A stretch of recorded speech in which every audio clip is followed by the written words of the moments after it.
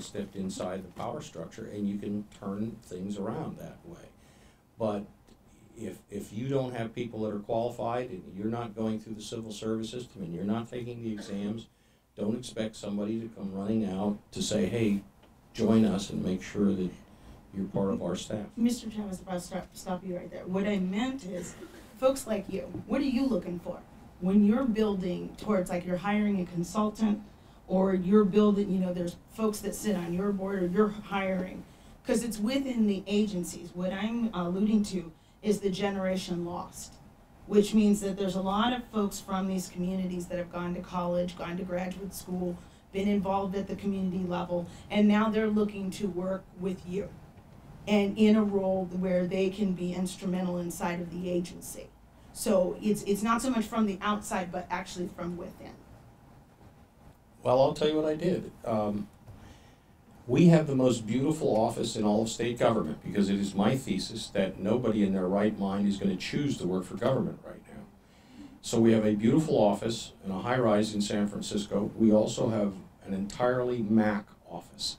So when you come into that office... So how do we work with you? That's what I'm asking. You look at it and you say, this is not an ordinary government agency. Mm-hmm. And as a result, about 85% of our staff are women, because they are the ones that have chosen to go into the environmental field, and they are the ones that are emerging as the bright people. So that's why I get to go to conferences like this. I just stay the hell out of the office and let them run it. Okay. Am I dodging her question or what? A little bit. What I'm trying to focus on is that the equity nowadays is looking a little bit different, because there's a lot of folks that are qualified. We normally tend to have a conversation about government or within agencies that we can't find any qualified folks to be a part of the discussion on a board or within an agency at the hiring level. And so we're looking to see how, when we have, and I've had this discussion with Director Berry of OPM, which is the head of hiring for the feds under Obama. And we're talking about, we have all these folks that are out there and that they've been educated at Cal or what have you. And they are effectively people of color, people from the communities that we're talking about, and bringing them in to have, be a part of this discussion and bring that social innovation that's needed to these agencies. And so where we're talking about is how do we have these folks that are in this room, the young, and there's a lot of young qualified people here, to participate effectively with you and to be able to find out how do they get hired to work with you on these awesome things that you're working on. I'm going to punt that question to two of our young staff who are here. Okay. That's Heidi Nutters and Jessica Davenport. Where are you? She's in the back. Jessica's back. Why don't you explain to them what it's like going through the state civil service process and how patient you have to be, and that if you really need a job, you're not going to end up working for the state, because by the time you get through the process, you're either starved to death or got something someplace else.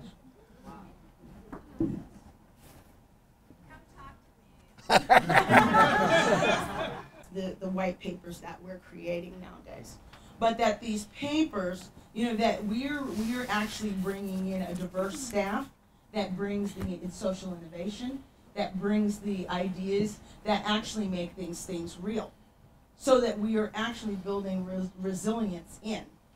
So it's building in because we have institutional knowledge, so to speak, from the communities, and those in the community now are educated and can be a part of this discussion as we move forward. And so with saying that, we talked, I can't remember which one of you talked about the idea of sector level strategies, and I think that was you brought it up. When we're talking about sector level strategies in equity, and it kind of plays upon what I'm talking about, is that we have a diverse staff in place. We're now being able to spend a lot more time on that cross-sector development. Can you talk about some of the things in building equity and within the program that you're working with, and the sector level strategies? Okay, there's several dynamics to that question.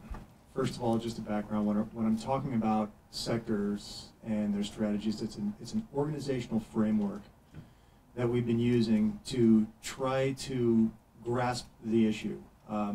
When someone says to you, put out a climate change report, well, the nature of the problem is so interactive and so far-reaching. To try to come out with a report that tackles all of those diverse issues, staying on one topic without breaking it down, it was very hard, well, for us at least, to grasp. So we broke things down into resource sectors in our case, because that is our agency's responsibilities. A lot of other issues, a lot of other plans. That seems to be a very common way to break down climate plans into sectors.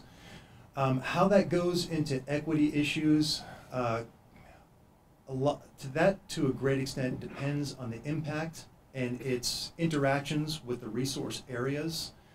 In this conversation, we're talking a lot about sea level rise and some of the communities that are currently at Bayside and are at risk. It's hard for me to kind of come out with a packaged answer for that. What I'd rather do is propose a process to be taken place where a community or a person who is interested, engaged, or threatened by this goes through a process where they find out what's happening in their area. They find out what resources they have that depends on their livelihoods and well-beings. How would that look? Well, it could be either, it manifests in different ways. Okay. Bullet lists, here I go plugging our products again, a CalAdapt download. It just... How does that work with the digital divide, though? Most of our communities, see, the hardware and the connectivity issues, I mean, these are beautiful tools. And if I have a computer and I have hardware and the connectivity to be able to get this, and I can, you know, I have a room that, like this beautiful room, to be able to do that. But if I'm in West Oakland and I'm, you know, and I'm a community organizer and I'm looking to organize at a church or facility, and I can't pull up that, or I don't have access to those kind of tools, what is being done to address that? Sure. I just was wondering if you could address what Kurt had mentioned in Sure. terms of what I would say in a nutshell would be the making the sale aspect. Because I think that Well, I want to stay on. okay, because it's easy to Yeah. you know preach to the choir. It's also easy to point fingers. No. But in terms of if we said, for example, that we were all on board with the thing today. Yeah. If they said, okay, everyone here is on board. I haven't met anybody yet here today. No. So What? we're all on board. How do we make that sale to other members in our constituents in our community of saying how do they buy into Well, it? no. And then that's well, where well- the employment comes from, is from the sense that I think we're going to, the way I'm trying to go down with this, and I'll tell you, this is, you know, Betsy Morris and Rains Cohen. Betsy and I have been working on a couple of things, you know, talking about a couple of concepts. But there's some real issues in us being able to go from putting beautiful tools together and then understanding on how that plays out with the community and our organizers and the funding and being able to deliver. So what you hear me doing is not blaming. What I'm saying is, how does that look like? We have funders in the room. And if he's saying that he's got it, I think it's wonderful what he's saying. What I want to be able to do is show what are the things what would this look like, and what are our challenges, and how do we put those two together with meeting our challenges in a way where we can look at them. So if you could continue and then just take in account of the issues that I was proposing and talking to you about. Because I believe a lot of you in this room are faced with this challenge. Okay, I've been drawn into a very engaging and multifaceted conversation here. I'm going to try to draw on some elements of what both of you are saying. Sure. Okay. Well, actually, I'm going to try to draw into something that both of you are mentioning in the same aspect of what I'm going to talk about here. You're talking about tools that we come out with. You're talking about community engagement and access to those tools. Kind of in a nutshell. Okay, we're trying to reach from, I'm not saying the top as far as any sense of superiority or funding or anything like that, but we're trying to reach down. We're trying to provide a very, fill a very important intelligence gap to these studies where they go a mile deep and an inch wide with all sorts of technical jargon that actually deal with very real issues, like is your home going to be flooded during the next storm? Because the sea level doesn't rise like a bathtub, it rises with other factors such as storms, tides. We have accessibility. We have increased accessibility of that through their usage of common tools. I brought up the Google Maps. I keep using that one because, quite frankly, it is a Google platform. So anyone with even a basic level of computer literacy can use these tools. But as Carla correctly mentioned, not everyone has access to these. And here I would have to speculate. I'm seeing a lot of different representatives from a lot of different organizations. We have state, local governments, we have NGOs, we have community groups. This is where I would like to propose that the community becomes interdependent on each other, because in two ways.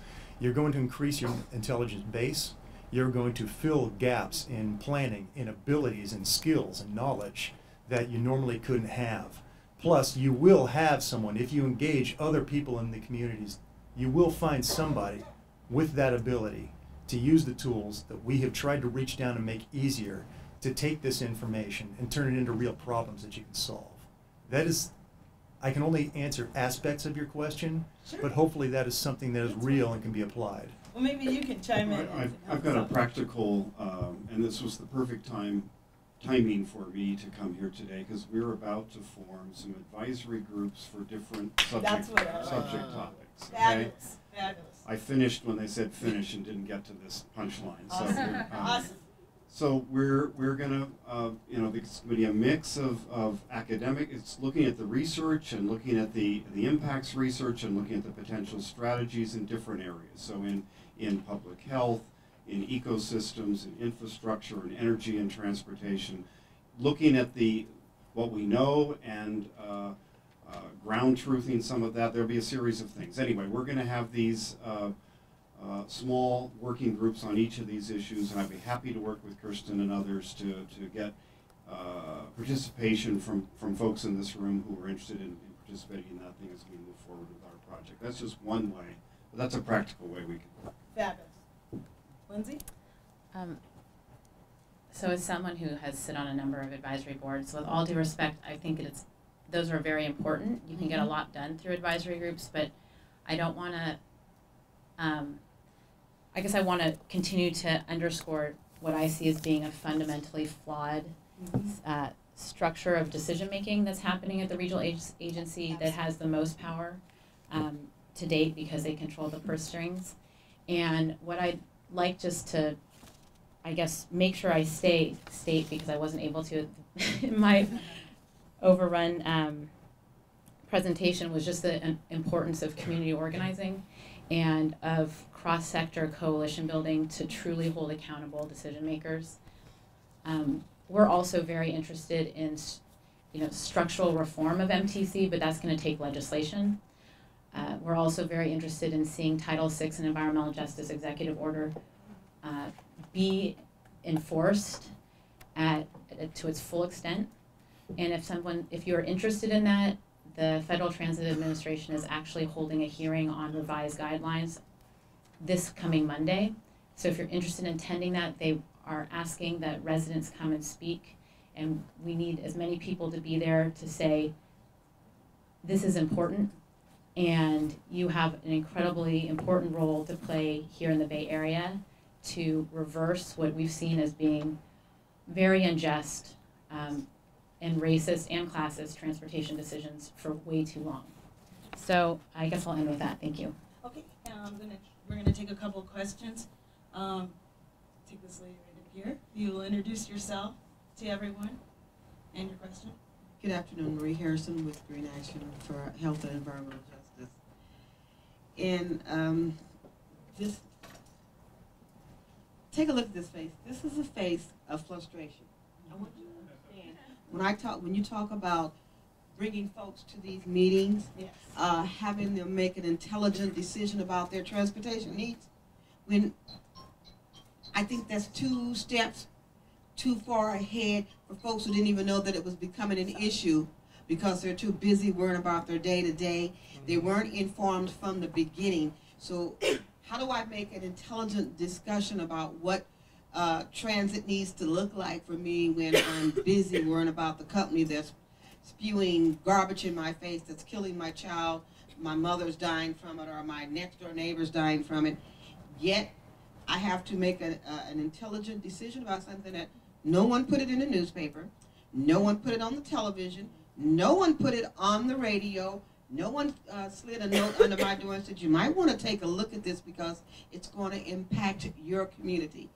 Some of the things that I end up having to do with communities that I work in is step in like I'm the big sister now. So this is where we're headed, and instead of having enough time to really lay it out for them, I'm saying, I'm going to have to ask you to trust me on this, okay? And I hate that because this is pretty much what you guys are pretty much saying, except for the gentleman here, I can't think of what your name is. Ken? In the suit. Travis. In the suit. Travis, I wholeheartedly understand your frustration with the system of trying to get into those jobs.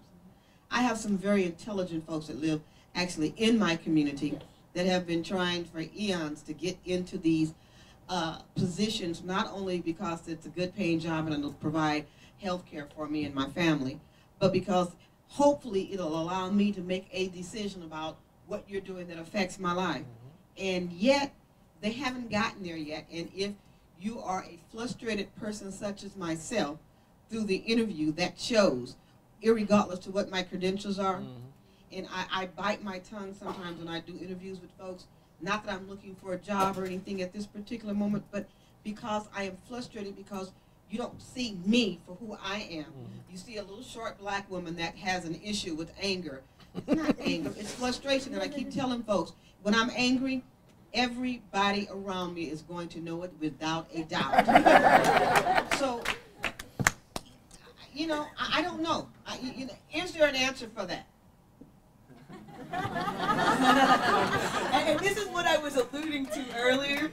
This is the exact conversation about the idea of we're developing a lot of plans at the government level and a lot of things, but does it translate into, if we don't have the person from the community actually in a role, not just in participation, but that they're in a role that's working, they're on a board that's actually working, they're in a position to actually make change.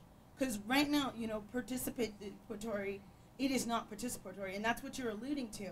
But I think there's something that we can actually do. Stop alluding and say it. Yeah. I'm sorry. but let's let you answer, and then Betsy Morris is next.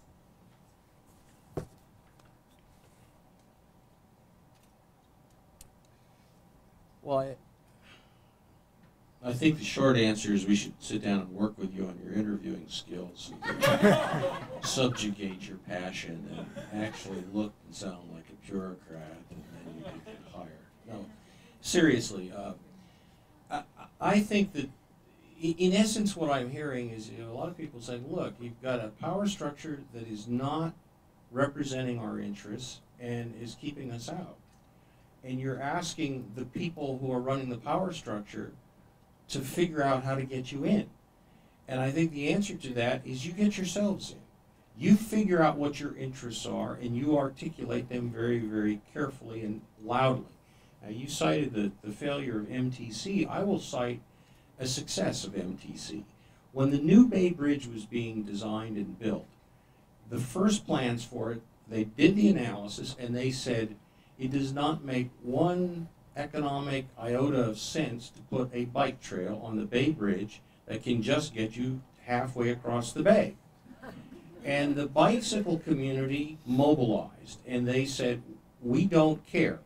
We're going to get halfway across the bay, and eventually we're going to get all the way across the bay. And they were there at every meeting, they were loud, they were well organized, they were persistent. And when the Bay Bridge gets open, there's a bike trail on it. So it is a matter of, one, organizing internally, and two, having a clear message that you just keep saying over and over and over and over, not just that we want to be engaged in the decision-making process. It doesn't matter. Your values won't be reflected if you haven't articulated what your values are. And it is, for better or worse, what was Winston Churchill said, you can depend on the Americans to do the right thing after we've exhausted all of the other possibilities. We have a representative democracy. If you look at the members of MTC, they do represent the ethnic diversity of this community because that's who gets elected to public office in the Bay Area. Perhaps not as proportionally as it should, but you do have them. They are the decision makers, and work to get the right people elected and work to get the right people on MTC, and then work to be strong advocates for the public policies that MTC is dealing with. Join us. There's many of us who are organizing to hold accountable MTC and ABAG right now around the Sustainable Community Strategy and the Regional Transportation Plan.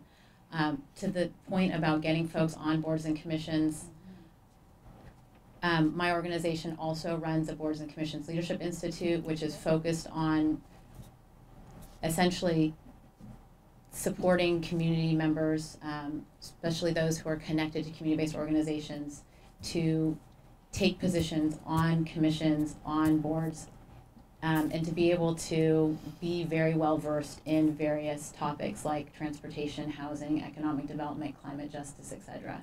So if you're interested in either of those things, feel free to see me afterwards, or you can go to our website, urbanhabitat.org. Thank you. We have one more, and then we'll Hi, Betsy Morris, East Bay Co-Housing, and which is a project of planning for sustainable communities, a small consulting practice that's mine, my husband and mine. And I just wanted to bring, absolutely the political organizing is essential, but I wanted to just echo something that other people mentioned today, and that is participatory, popular, as it's called, popular research. And in my own practice, and you know, I've been able to channel certain amounts of the consulting money into the neighborhood people that I'm working with, where we're training homeless people to do bus stop surveys around the transportation needs for community planning, transportation plans. Engaging, you know, paying a stipend to the people who are on welfare, who are providing intelligence for a governmental study of the impacts of welfare reform.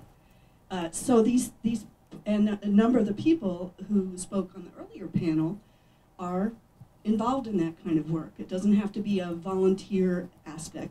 But I think when we think about environmental planning, a billion-dollar industry in this state, and we think about the hundreds of thousands and millions of dollars that our good agencies here put out in contracts to excellent people, colleagues, good people. But, you know, we could be requiring and having a dialogue about how to make sure that all of those contracts include what's essentially a kind of works project. Because when people go out and do surveys in their own neighborhood and are trained, they become educators. We all learn something, we all also gain financially. So I just put that there. It's not the political power we're mobilizing right directly, but I just want to hope that we'll continue that conversation about how to engage folks actually in the contracts to be doing the research in a way that values their time and expertise and allows the whole process to benefit. Thanks. Okay. This is what we're saying is it's not something that we've got to think about this a little differently. It's not all over because, you know, this was last, you know, we're in 2011. It's, you know, we're starting a new decade. And we have to think about this a little differently from the perspectives that we all have a role to play in creating local economies and building in resilience. And equity starts with us. In what we do in our jobs, in what we're doing, and so that's what, you know, Betsy was talking about. So think about it a little differently. I'm going to thank each and every one of you. If you could just finish up with, you know, tell us, you know, one thing that you want to leave us with, you know, really quickly, 3 words from everyone. Sorry, I thought we were going to go in order. Yeah. Okay, that's you first. Oh, okay, 3 words. I feel like I've taken a lot of airspace today. I think that it's organizing and it's holding accountable decision makers. That's more than 3 words.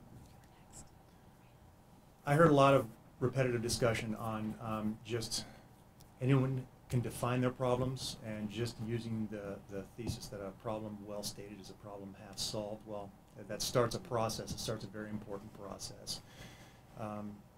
Defining your problems and standing behind them and exposing people who need to know about them is also just that was an important take-home lesson for me as well. Not getting what you want doesn't mean that the decision was not accountable. It just means it was more accountable to somebody else. We're in big trouble. I mean, you know, we should all start. Trav said we should have the last slide or something, but at the start of every. No, I'm serious. This is not, you know, some issues that we can work on for the next 10 or 20 years and gradually transform, for instance, our energy structure. So I have no answer other than if we keep fighting each other, we will be here talking again and fighting and taking cheap shots at each other. If we figure out substantial ways to work together, then it may be possible. But we're in such big trouble. We better recognize that I think in a more conscious way. Thank you. So I want to join me in thanking our panel. And we're going to turn this back over. Again, I want to thank the panel. Thank you so much Thank you. for coming today and